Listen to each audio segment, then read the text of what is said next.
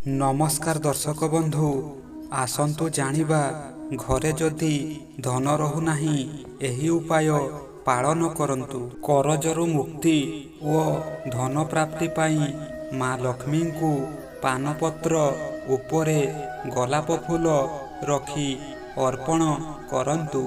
हलदिया गेंडु फूल भगवान विष्णु को अत्यंत प्रिय, तेणु एहाकू निश्चय अर्पण करंतु। सुख समृद्धि ओ शांति पाई घरर मुख्य द्वार रे आंब पत्र तोरण सह गेंडु फूल लगाइबा बहुत शुभदायक।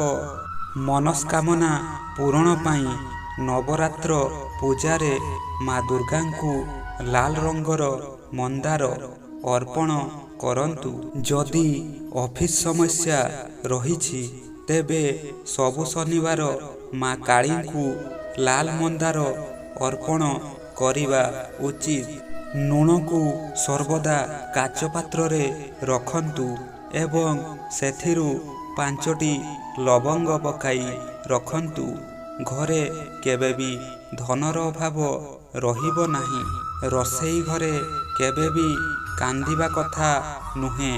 माँ लक्ष्मी असंतुष्ट होइथांती ओ लक्ष्मी घरे रुहंती नाही। घरे सर्वदा एही 4टी जिनिस सरिबा पर्यंत अपेक्षा करंतु नाही।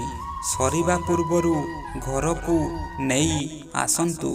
चाउल, अटा, हलदी, नून। गुरुवार दिन माँ लक्ष्मी को 5 खंड गोटा हलदी अर्पण करंतु एवं सही हलदी को चाउल रखुथिबा जागारे रखी दियंतु। माँ लक्ष्मी संतुष्ट होइथांती। रुटी केबे गणी करी बनांतु नाही। माँ अन्नपूर्णा रस हुअंती। सकाळू उठिबा परे सेजको सजाड़ी रखंतु एवं पोशाक को ओलटा करी रखंतु नाही।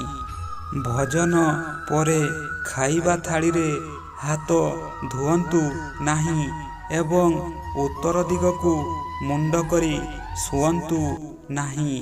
गुरुवार, अमावास्या, संक्रांति, शनिवार दिन नख चुटी काटंतु नाही।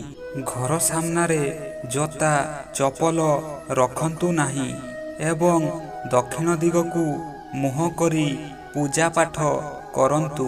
नमस्कार दर्शक बंधु, जय जगन्नाथ। जदि आपण मानंकु आम भिडियोटी भल लगी थाए ताहाले लाइक, कमेंट, शेयर एवं आम चैनल को सब्सक्राइब करंतु। जय जगन्नाथ।